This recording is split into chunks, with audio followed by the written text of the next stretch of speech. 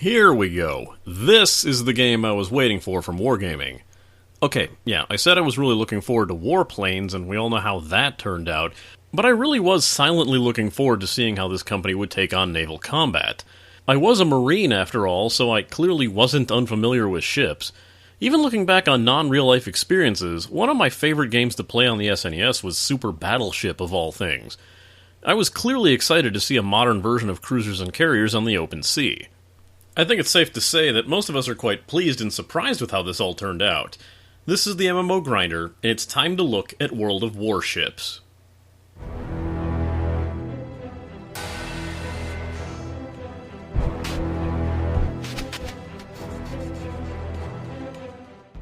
World of Warships, am I incorrect in thinking there was a time this title was going to be called World of Battleships? I don't know, I could be misremembering. World of Warships is another military-themed arena shooter by Wargaming.net, makers of the absurdly popular World of Tanks, and the previously reviewed and apparently despised World of Warplanes. This time, Wargaming is heading out to sea to bring us an armada of naval battleships from the World Wars era, putting plenty of cruisers, battleships, destroyers, and even aircraft carriers at our disposal. While a casual glance at something like this might make people think you're playing three versions of the same basic firefight, a la choosing the different modes in combat on the Atari 2600, rest assured this game plays like a slower and much more methodical beast than the previous two entries in Wargaming's portfolio. While an average tanks match might hit the 7-minute mark, a warplanes bout will rarely go over 3, warships battles love to hover around the 15 to 20 minute range, and 2 of those minutes may go by without a single shot being fired. If you're willing to embrace a pace that'll give you a lot of time to catch up on your reading, let's keep going and see exactly what's on display.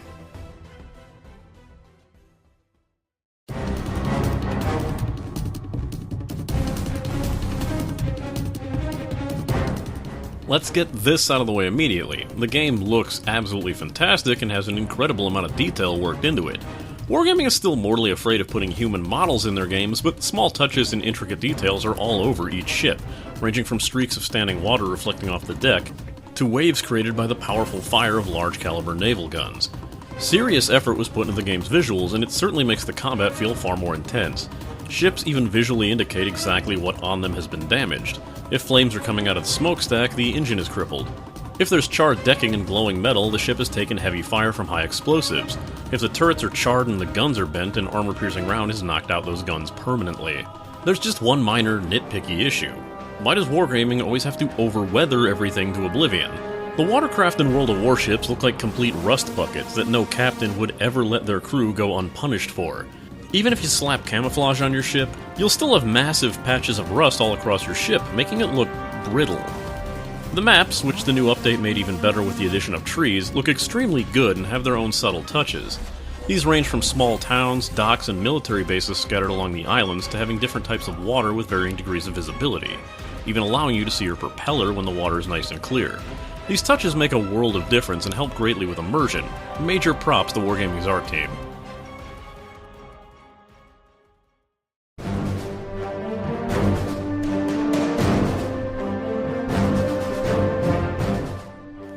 The music is fantastic, and it manages to be that good while still being dynamic. It has a lot of different patterns, though most seem to follow a rising tension beginning with a lower volume and then rising in intensity, which is mostly associated with torpedoes. There's even some vocal tracks and electronic pieces mixed in. Honestly, the soundtrack is very much worth a listen, even outside of the game.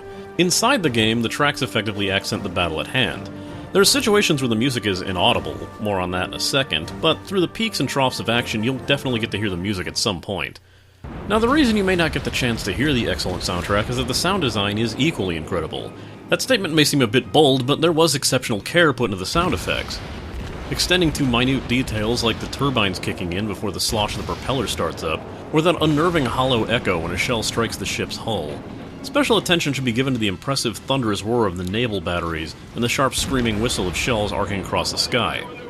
The sound work for your own ship is also top-notch, ranging from voice work to indicate ship repairs and the prepping of fighters, to the warning cry for incoming torpedoes accompanied with the unnerving ping of sonar tracking their distance.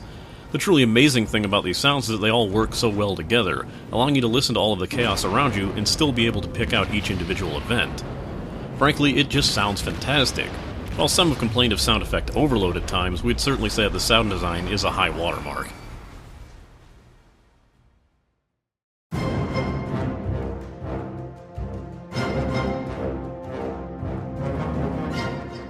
This, of course, won't be a surprise to anyone who's played a wargaming title in the past, but World of Warships is a standard team-based multiplayer shooter that trades fast movement in maze-like arenas for large maps with various degrees of cover, open lanes, and the far more methodical stylings of naval combat. Don't fear though, you won't have to dive into the deep end of the pool the moment you start. The game has a few options that allow you to get your feet wet. One of the first stops when starting out is the co-op mode, which, unlike its World of Warplanes counterpart, will give you experience and credits simply for playing it. In other games you might be thrown with a random bot team for your tier, but in World of Warships the bots will actually mirror all ships on your side, giving you a truly fair fight, though it must be said that the bots obviously can't play as unpredictably as humans can. The second mode is the standard random player battles, which will throw you into a match roughly your tier with random selections of other human players, and where you'll earn substantially more experience and credits compared to the co-op matches. The final mode currently in the game is Ranked Ladder. The ranking functions much like a Hearthstone ranking system, so players of that game should be familiar with the mode. As earning a rank is simple, every match you win earns you a star, every match you lose or draw will remove a star. During the first few matches you'll only need a single star to advance, and you won't be able to lose ranks, while later ranks will acquire more stars and can be lost completely, knocking you down a rank should you do poorly. Ranked mode will also grant you the most experience and credits per match, along with some special items at key rank thresholds. There's some restrictions though, as only ships from tiers 6 and 7 may participate. There can only be one carrier, 2 battleships, and 2 destroyers at most, meaning you can't have an all-battleship team, for instance, and you'll be matched with others that have earned your current rank. So what sort of ships can you take into the matches? There's a lot of variety, and the roster will be getting larger when an upcoming update adds more nations. This actually brings up a good question. Why was the game launched now with almost nothing outside of the Tirpitz battleship, and not in October when the German cruisers and Russian destroyers will be added? Nitpicking aside, this should give you some idea of the type of ships that you'll use. Currently there's 4 distinct trees that you can advance down. Destroyers, which act as stealthy scouts with good speed, low detection range, and allow them to harass the enemy and to set up torpedo runs. Cruisers, rapid-firing gunboats, and escort ships designed to protect battleships from aircraft and destroyers. Battleships, the long-range heavy firepower juggernauts with heavy armor and low maneuverability. Carriers, which can scramble fighters to take down other aircraft, use torpedo bombers and dive bombers to attack ships, and in general support the team as a whole. These trees are rather vague as they encompass all of the various subtypes within that designation. There isn't a light cruiser tree or an escort cruiser tree, or a battle cruiser tree, and etc. They could conceivably be added later, but the majority of the focus will be adding new nations first. Speaking of nations, each nation has its own distinct take on the various trees, granting strengths and weaknesses to each line. For instance, between the 2 current nations, Japan and America, the Imperial Japanese battleships have longer range and superior speed and maneuverability, but carry fewer guns. American battleships are slower and harder to turn, they have less range, but they carry far more guns and can turn much more quickly. They also have increased health and armor compared to their Japanese counterparts.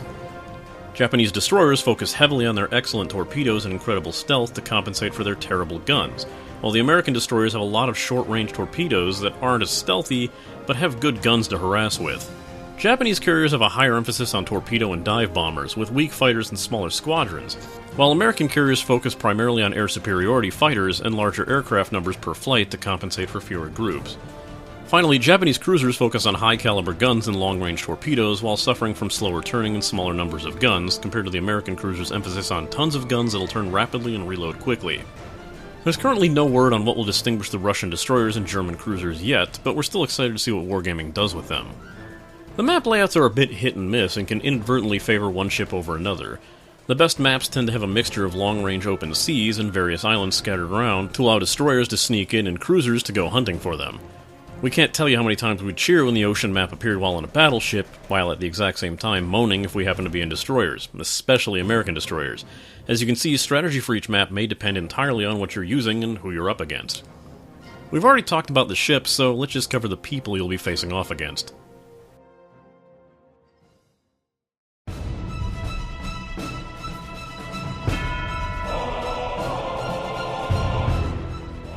The community is hit and miss, as is typical throughout Wargaming's library. You'll find the worst aspects of the internet here, with particular emphasis on the armchair admirals, petulance, childish behavior, and spiteful immature attention seekers. Despite this, there is a very vocal and outspoken group of people complimenting one another, giving advice when asked for it, and offering to help or even group up with fellow players. There's a lot of bad in this community, but it's nice to see some genuinely good people trying to brighten up other people's days by being helpful. Not sure which is more sad, that this is so much different from the bad attitude of the community, or that it's rare enough to be worth mentioning. Another amazing thing about this community is its complete lack of situational awareness, stretching to such an extreme that you would have to believe that half these people are just asleep at the wheelhouse. Battleships will travel in straight lines and refuse to use the rudder, and eat a full spread of torpedoes from a destroyer that they'd spotted ages ago. Smoke isn't treated as a warning sign as much as it is a curiosity that must be investigated for sunken treasure. Planes are believed to be overpowered death machines that can't be seen from their 20-kilometer detection range, and clearly just can't be avoided, so accept your fate. They'll believe that cruisers aren't allowed to use torpedoes because they might make the other ships feel bad, and assume that only destroyers will have torpedoes. Players will keep themselves focused down the sights for so long that they end up slamming into islands with enough force to make the Exxon Valdez blush. These same clueless idiots will hilariously become the most vocal about the shortcomings of their team. You can easily make a montage of all the times a player decries how powerful torpedoes are while they themselves did nothing to avoid the destroyers or play so fantastically awful that torpedoes just simply put them out of their misery. Grouping is a very common sight in other wargaming titles, and it's no different here. Warships groups are known as divisions and are limited to 3 people with some restrictions, such as allowing only a single carrier in each division. There is another restriction as well. You cannot play the previously mentioned ranked battles while in a division, and all other ranked battle restrictions apply. Considering how poorly the community can play, it's highly recommended that you just bring along a couple friends. Your sanity will thank you.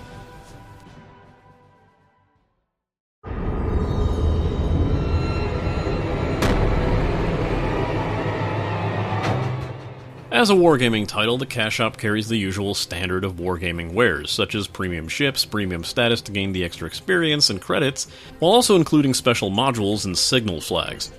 The premium ships seem relatively well balanced. Some underperform, some overperform, but they all generally balance out based on the player's skill, so nothing feels too overpowered yet.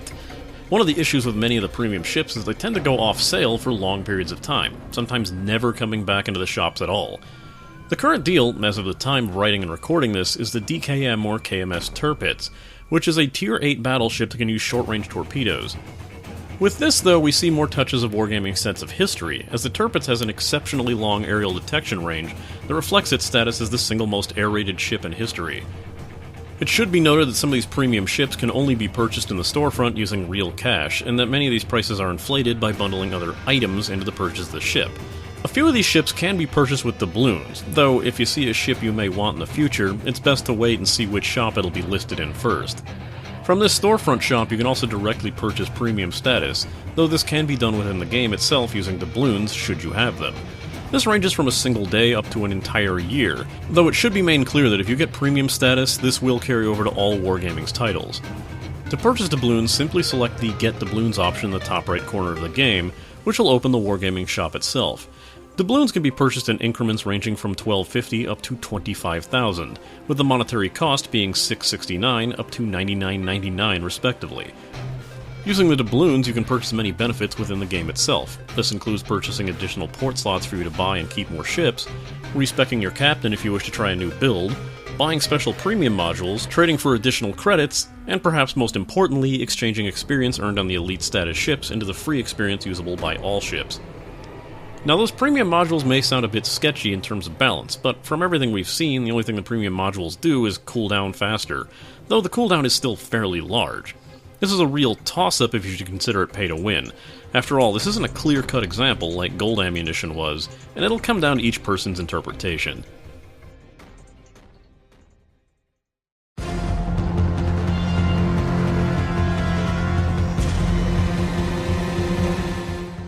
I'm pretty glad this turned out the way it did. Wargaming had the potential to wargaming this up by including things like gold ammo, or mess with the generally slower feel of the game for the sake of action, but what we have here strikes a nice balance, and the numbers it's currently pulling in seem to reflect that.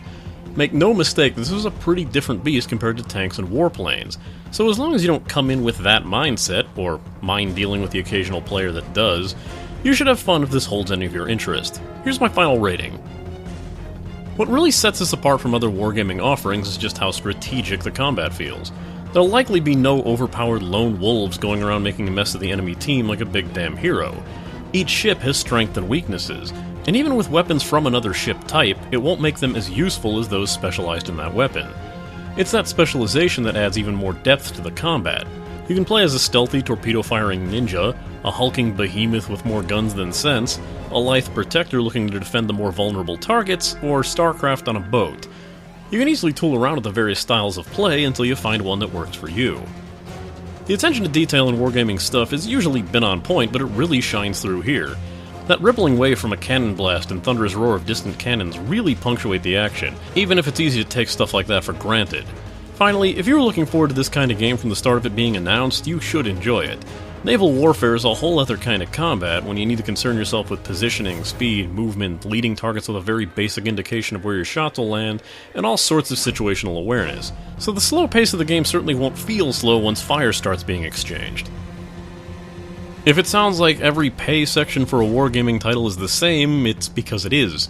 The premium status is a useful, but not entirely necessary add-on for these titles, and of course the fact that it carries across all of their games is a useful touch, especially if you're burned out on one type of vehicle, and want to head over to another.